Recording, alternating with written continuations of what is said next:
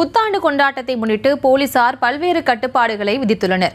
இந்நிலையில் சென்னை பெசன்ட் நகர் கடற்கரையில் பொதுமக்கள் கடலில் இறங்காமல் இருக்க தடுப்புகள் அமைக்கப்பட்டு ட்ரோன் கேமராக்கள் மூலம் கண்காணிக்க உள்ளனர்.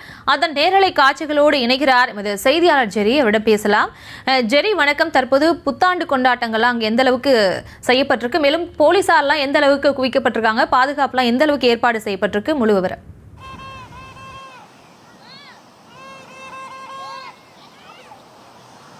வணக்கம்.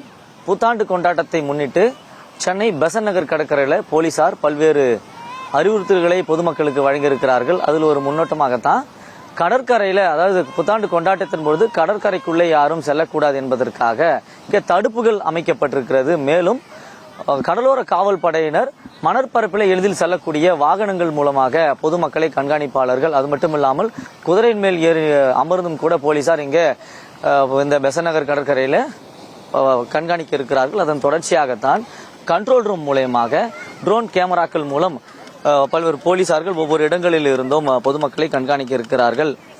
அதாவது இன்று மற்றும் நாளை மெரினா, சாந்தோம், பெசன்ட் நகர், நீலாங்கரை உள்ளிட்ட கடற்கரை பகுதிகளில் குளிக்கவோ கடலில் இறங்கவோ அனுமதி இல்லை என்றும் போலீசார் தெரிவித்திருக்கிறார்கள்.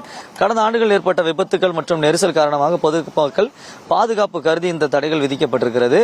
இன்று மாலை முதல் நாளை வரை பொதுமக்கள் கடலில் குளிக்கவோ அல்லது இறங்கவோ விளையாடவோ அனுமதி மறுக்கப்பட்டிருக்கிறது. ஆனாலும் கூட இன்னும் பொதுமக்கள் கரைக்கு செல்லாமல் இன்னும் கடலிலே இறங்கி குளித்துக் கொண்டிருக்கிறார்கள், விளையாடி கொண்டிருக்கிறார்கள்.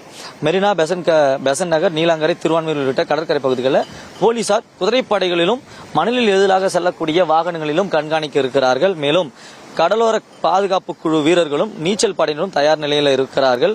மது அருந்தவும் இங்கு இந்த பகுதிகளில் தடை விதிக்கப்பட்டிருக்கிறது. அதே போல கடற்கரை பகுதிகளில் போதைப் பொருட்களை பயன்படுத்திவிட்டு இங்கு உள்ளே குளிக்க வருபவர்களும் அல்லது இந்த இடத்துல உலாவு வருபவர்களை கண்காணிப்பதற்காகவும் குழுக்கள் அமைக்கப்பட்டிருக்கிறது.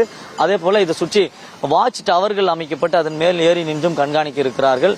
அதே போல இங்கு வாகனங்கள் மூலமாகவும் சிசிடிவி கேமராக்கள் அதில் பொருத்தப்பட்டு அதில் கண்காணிக்க இருக்கிறார்கள். மேலும் போலீசார் ட்ரோன் கேமராக்கள் மூலமாக இந்த பெசன்ட் நகர் கடற்கரை பரவலாக இருக்கக்கூடிய பொதுமக்களை கண்காணிப்பதற்காக குழுக்களும் அமைக்கப்பட்டிருக்கிறது. அதன் ஒரு பகுதியாகத்தான் ஒளிப்பதிவாளர் சசிகுமார் காண்பித்துக் கொண்டிருக்கக்கூடிய இந்த தடுப்புகள் அமைக்கப்பட்டிருக்கிறது.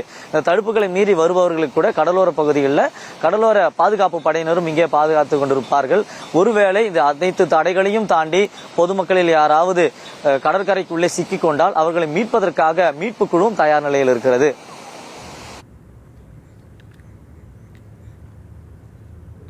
விவரங்களுக்கு நன்றி ஜெரி.